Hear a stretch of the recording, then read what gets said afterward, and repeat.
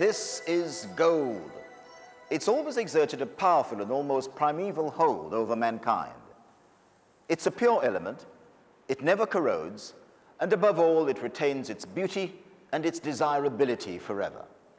This half-kilo bar is today worth about £3,000, and each one of these is worth over £73,000. Gold's high value and low volume makes it perfect for smuggling, particularly because it's easy to conceal and when melted down and recast, still retains 100% of its value.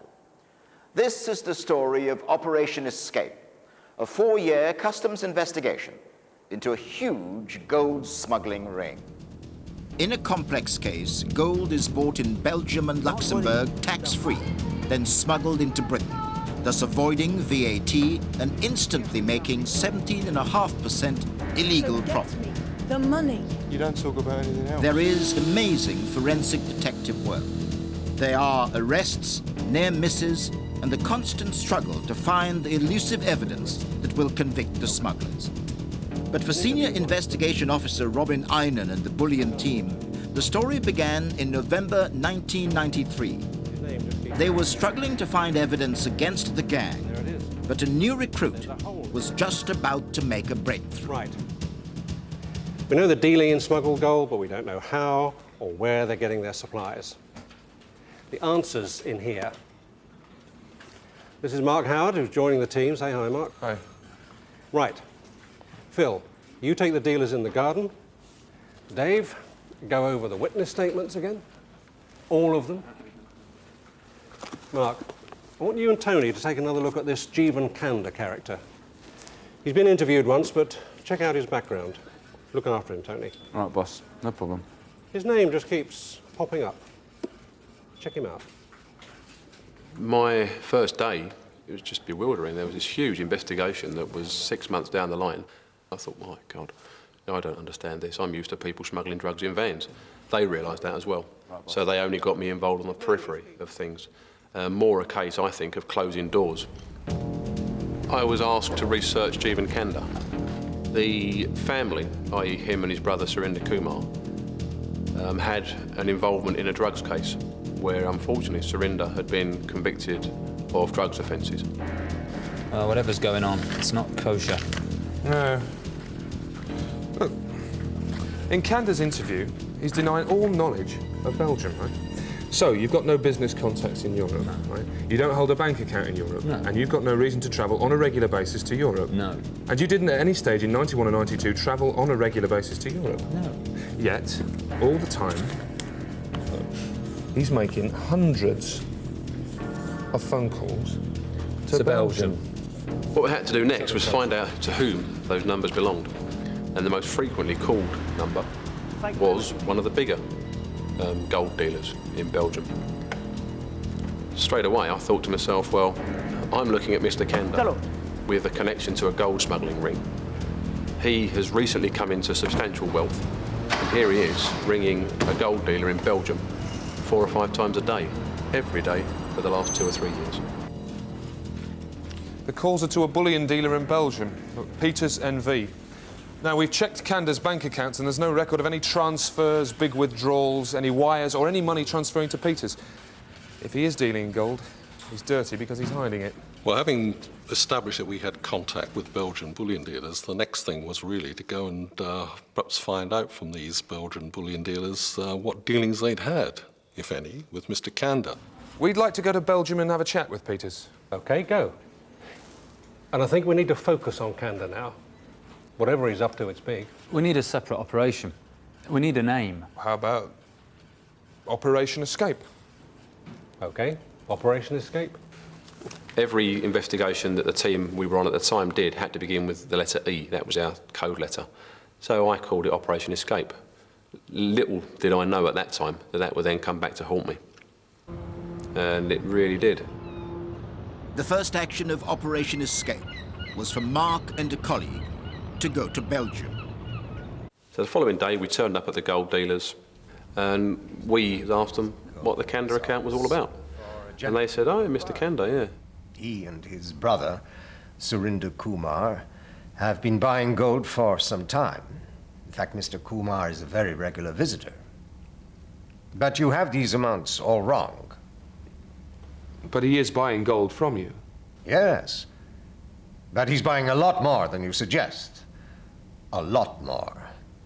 Mr. Kanda has a very big account with us. To date, he's moved over 3,000 kilos, about 20 million pounds sterling. 3,000 kilos. That's 3 tons of gold. You're joking. Nothing had prepared Mark for this huge amount of gold. If Kandar had smuggled 3 tons, it meant he'd already evaded more than £3 million in tax. And to top it, the gold dealer then told us that Mr. Kanda had paid all of that in cash. Mr. Peters, may I use your phone? But of course. Quite often you have to ring your boss in investigation and give him bad news. And obviously he doesn't want to hear it, you don't want to tell him. In this case, I'm ringing up and giving him very, very good news. We couldn't believe that that type of quantity could be carried manually back by anybody. So it had to be vehicles. The question was, how do we track down the vehicles? The team had to check every vehicle registration number for every ferry sailing to the continent that could possibly coincide with the purchase of gold. Unfortunately, at that time, ferry companies did not computerise their records. It was a case of manually looking through list after list after list. Got one. Good. Show me. Yeah. That's it. That's it. Look, Kanda and Kumar travelled to Belgium on the morning ferry. The gold is purchased that afternoon, and they travel back the same night. That's it. That's it. No, well done. OK, find more journeys. We need more journeys. From something which had really started off as nothing, Mark had managed to build this up into clearly what was becoming quite a significant case. It was quite exciting, really. It's really what investigation is all about. At last, the team were beginning to find hard evidence against Kandar, proof of trips to Belgium and Luxembourg. But by February 1994, they still hadn't found any gold. Well, we've 103 purchases of gold, and we can prove 30 related journeys. But there is a problem, though. I mean, to do all these trips, Kanda and Kumar are going to have been travelling non-stop. There can't be. There has to be other couriers to take up the slack, which means we've got serious holes in our schedule, serious holes in our evidence. Relax. It's going to be fine. Yeah. I don't like all this stuff. OK. OK. We'll be there and back in a couple of days. Let's forget the problems for the moment. Do we have enough to make an arrest? To take out Kanda and Kumar? Maybe. It's your call. The ultimate decision to go was mine, and so we got the necessary warrants, and we decided we would arrest people, attempt to arrest people. Surinder Kumar? Yes? My name's Mark Howard from Her Majesty's Customs and Excise. May we come in? Yes. Where's Mr. Kanda? He's not here. Check upstairs. He has to be here somewhere. Surinder was absolutely gobsmacked by it. I think so much time had elapsed between what we were saying we were arresting him for. He was just absolutely gobsmacked. But he confirmed that his brother was out of the country. Surinder Kumar, I'm arresting you on suspicion of VAT evasion and gold smuggling. I found out about 2 years later that on that very day, Kanda was flying through Dubai to India. You take Mr. Kumar to the car, please. We announced our intentions in big, bold letters, 4 foot high, to Jivan Kanda. We are on to you. And he was out of the country. Kanda's not in the house. He's gone. But I've found this. There was ample evidence of illegal activity in the house, but no sign of Kandar. I wondered then if we'd ever see him again. At Customs House, the team were burning the midnight oil. Their main target, Jivan Kandar, had escaped their grasp. And Operation Escape was beginning to live up to its name. Although they had arrested Surinder Kumar, the evidence was not good enough to go to trial. They had to find more to prove that Kandar and Kumar had brought the gold back illegally. Then Mark had a brainwave. There's no computer records, no paperwork, No money. How are they doing it? All that gold is too heavy to carry. They must be using cars. What if we tried to track down the cars? There might be something still in them. It was at this stage that Mark came up with the idea that drugs leave traces. Did gold leave traces in the car? Well, thank you for being so understanding, Mrs. Curtis. This part of the case was a real long shot. If we got it wrong, we probably wouldn't have a case. I tracked the first woman down, and I had to then explain that her car, we thought, had been used for smuggling gold in the past. I'll start in the back then, shall I? OK. The car was taken to a garage and carefully stripped down. The engineers were looking for hidden compartments, anywhere that gold could have been smuggled. Well, anything? Nope, there's nothing unusual in there. Young mechanic took the seats out and had a look, and he said, "Do you want to come and look at this?" And in the floor panel, there were big indentations. And his first words were, "I've got no idea what caused that." We had a look closer, and stuck in those indentations was a copy of the Walsall Advertiser. Under the back seat, tucked up against a wall of the car. And it was dated on the first day of the gold account. So straight away I thought, Walsall Advertiser, Jeevan Kanda lives in Walsall. The date of it, 8th of August 1991, the first day of the gold purchase. Couldn't believe it. But there were more surprises to come, as this footage taken on the day shows. There were more inexplicable grooves in the floor. What is very, very strange, though, are these grooves in the sound insulation. Now, I've never seen anything like those before. Well, what do you think would have caused those? Well, if you're to ask me, I'd say something's been kept under the seat that was heavy, very heavy. Shape and size, what? That shape and size? Thank you. That's very interesting. We didn't tell Kevin exactly what our case was about so as not to cloud his judgment. He was telling me that these marks could only have been made by something being put under the seat, something heavy and something solid. I'm investigating a gold smuggling case. Something heavy, something solid. What he was telling me was exactly what I wanted to hear. Hello, Mark. Come and see this. This is very interesting. Great. In the glove compartment area, we found scratches up on the underside of the dashboard. They had found a secret compartment, a detachable shelf which was bolted to the underside of the heating duct. Could this be where the gold had been hidden? Can we let the evidence team in here now, please? We'll need to get swabs and samples from this entire area. Pure gold is so soft that there was a chance that the forensic scientists would find minute particles left over from the smuggling. One thing we didn't have, of course, was proof that the gold had caused those markings. Again, it was circumstantial. We were looking at a gold smuggling case. We'd taken back the calves that we could show had gone abroad. We could find marks in them. What we couldn't prove was what made those marks. I have to confess, I was quite surprised to see the method that the forensic scientists used. I'd expected some all-singing, all-dancing machine with lights, bells and whistles all over it. And it was just a small vacuum cleaner. But a very, very efficient vacuum cleaner.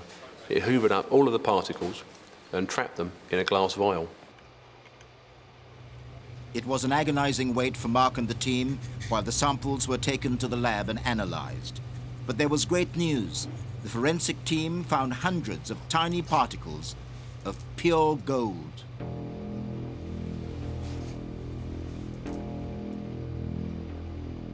Our work is like putting a jigsaw together. You start off with a 1,000-piece jigsaw, but someone's only given you 200 of the pieces. You spend the next year trying to find the other 800, and you never find all 800. But over the course of that year, you have to find at least a half of them to get a picture.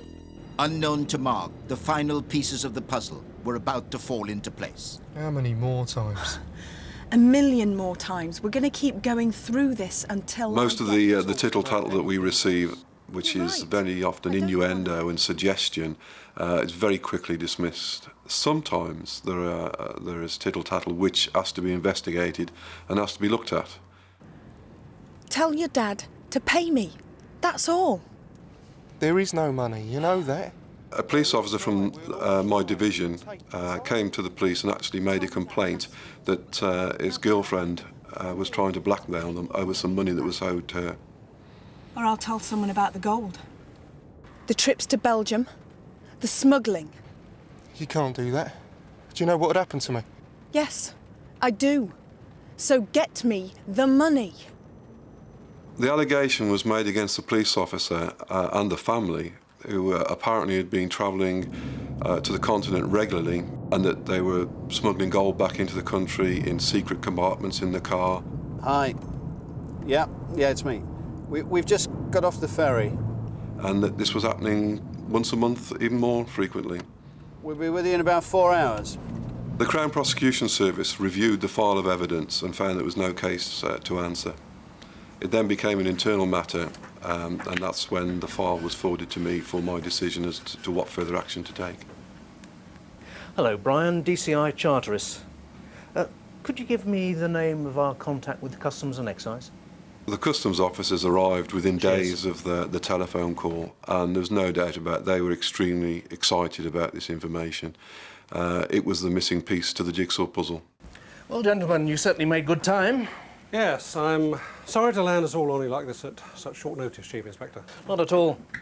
What has to be done, has to be done. And he unfolded the most incredible story to me.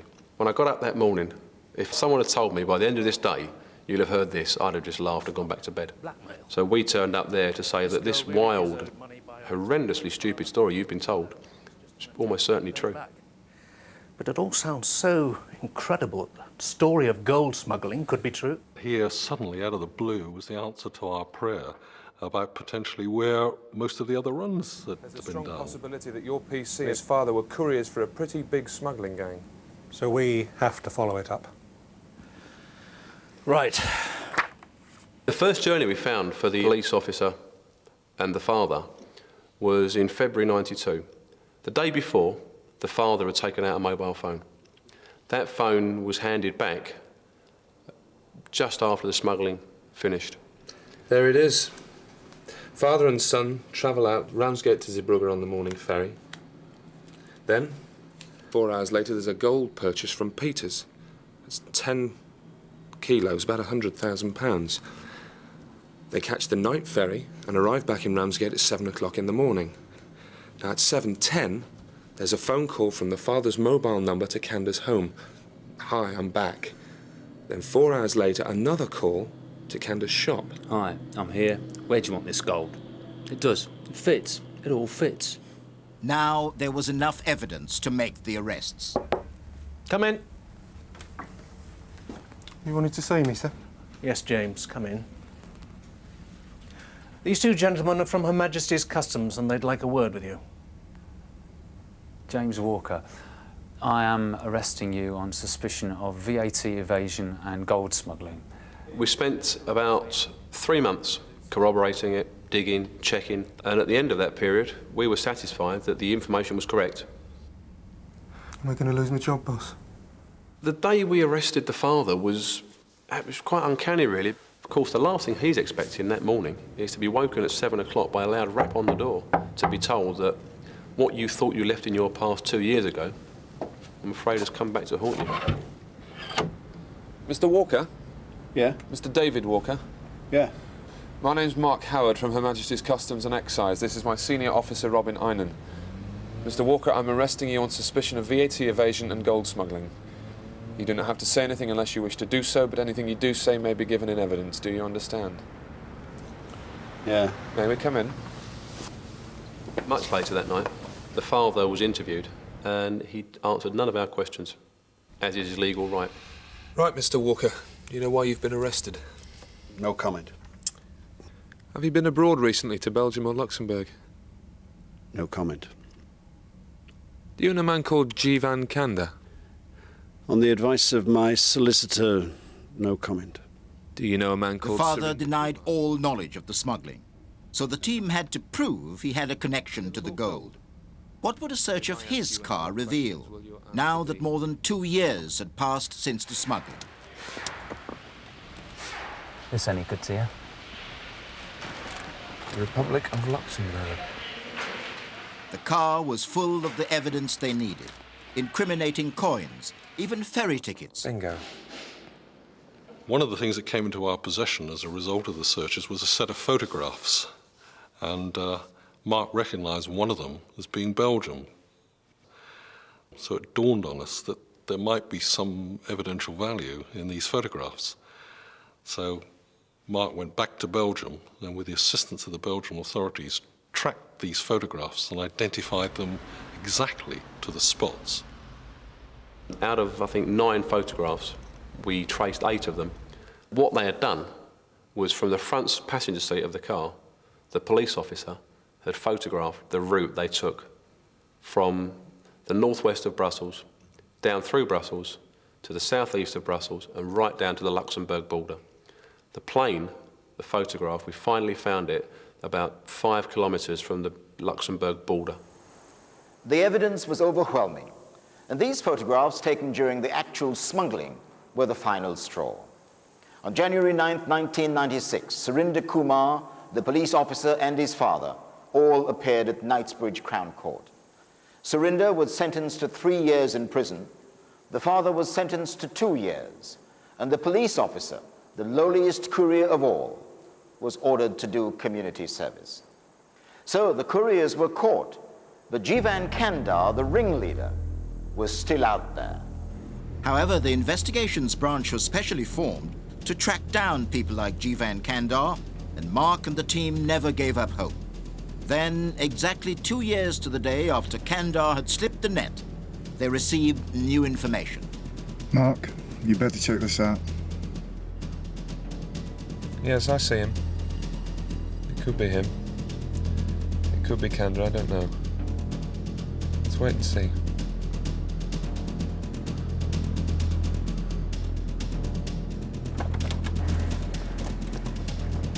To this day, I don't exactly know where he was. He's never told us. All of his running away had proven for nothing. All he'd done was delay the inevitable. Mr. Kandar, we meet at last. Jivan Kandar, I'm arresting you on suspicion of VAT evasion and gold smuggling. At that point, he obviously realised that his life was about to change. And it was quite a surreal moment. For someone you've been after for so long to offer you his hand in that situation, it's quite a strange moment.